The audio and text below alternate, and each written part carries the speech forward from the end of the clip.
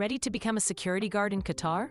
Let's walk through the official Ministry of Interior process. First, it's crucial to understand that several documents are involved and they are not interchangeable. The private security company has its own license to operate. Your training results in a completion certificate issued by the competent authority. The guard identity card is a separate item your company must provide.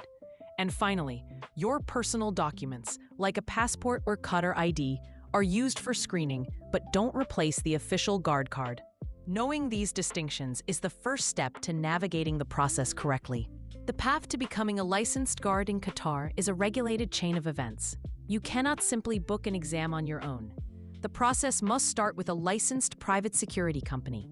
This company guides you through statutory personnel screening and enrolls you with an accredited training center.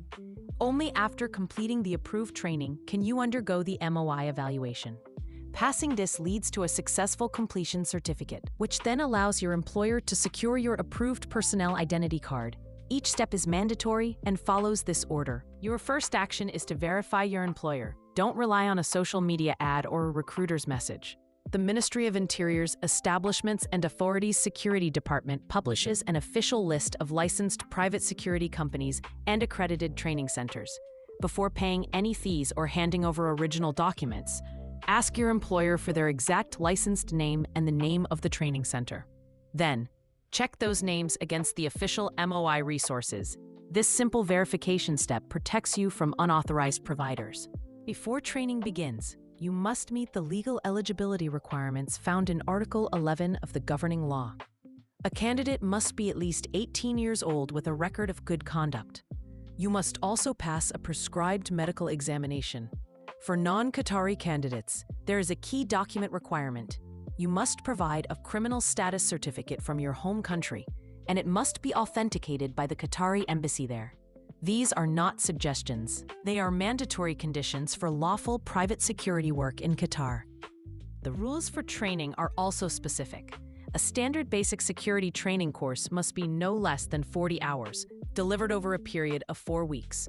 This is different from renewal training, which is a much shorter 16-hour course over 2 days. Don't confuse the two. The normal language for training and assessment is Arabic, but other languages may be permitted for non-Arabic speakers. Ensure your accredited center enrolls you in the correct category and follows the mandated schedule for your situation. Finally, understand the MOI assessment. The ministry's evaluation branch conducts at least one test for every trainee, and the competent authority issues certificates for successful completion. However, the official public sources do not specify a fixed number of questions, a universal pass mark, or a standard time limit. Be cautious of anyone claiming to know these details. Your accredited training center should provide you with the current administrative instructions in writing. What the MOI does confirm is a process for second attempt tests after a failure. Following the official process is the only reliable path to your Qatar Security Guard license. Use the full article on openexamprep.com as your checklist to verify each step with your employer and training center. While you're there, use our free Qatar MOI Security Guard practice questions and study guide to prepare for the subjects you'll cover in your accredited course. They are valuable study aids for your journey.